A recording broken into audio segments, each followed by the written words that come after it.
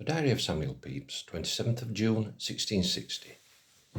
With my lord to the Duke, where he spoke to Mr. Coventry to dispatch my business of the axe, in which place everybody gives me joy, as if I were in it, which God send.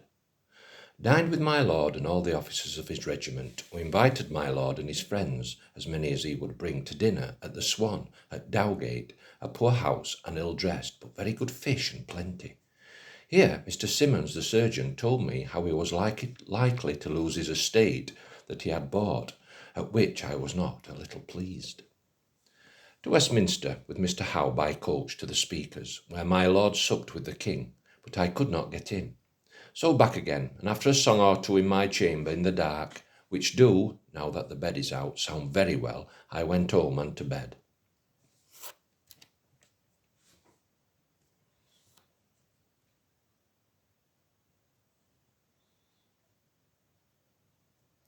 The Diary of Samuel Pepys, 28th of June, 1660. My brother Tom came to me with patterns to choose for a suit.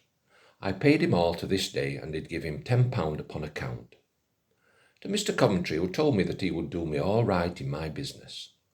To Sir George Downing, the first visit I have made him since he came. He's so stingy a fellow, I care not to see him. I quite cleared myself of his office, and did give him liberty to take anybody in. Hawley and he are parted too.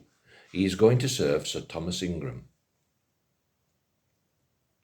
I went also this morning to see Mrs. Pierce, the chirurgeon's wife. I found her in bed in her house in Margate churchyard. Her husband returned to sea. I did invite her to go to dinner with me and my wife today. After all, this to my lord, who lay abed till 11 o'clock, it being almost 5 before he went to bed. They supped so late last night with the King. This morning I saw poor Bishop Wren going to chapel, it being a Thanksgiving day for the King's return. After my lord was awake, I went up to him in the nursery where he do lie, and having talked with him a little, I took leave and carried my wife and Mrs. Pierce to Clothworkers' Hall to dinner, where Mr. Pierce, the purser, met us. We were invited by Mr. Chaplin, the victualler, where Nick Osborne was. Our entertainment very good, a brave hall, good company, and very good music, where, among other things, I was pleased that I could find out a man by his voice, whom I had never seen before, to be one that sang behind the curtain, formerly at Sir William Davenant's opera. Here Dr. Gordon and Mr. Gordon, the victualler, dined with us.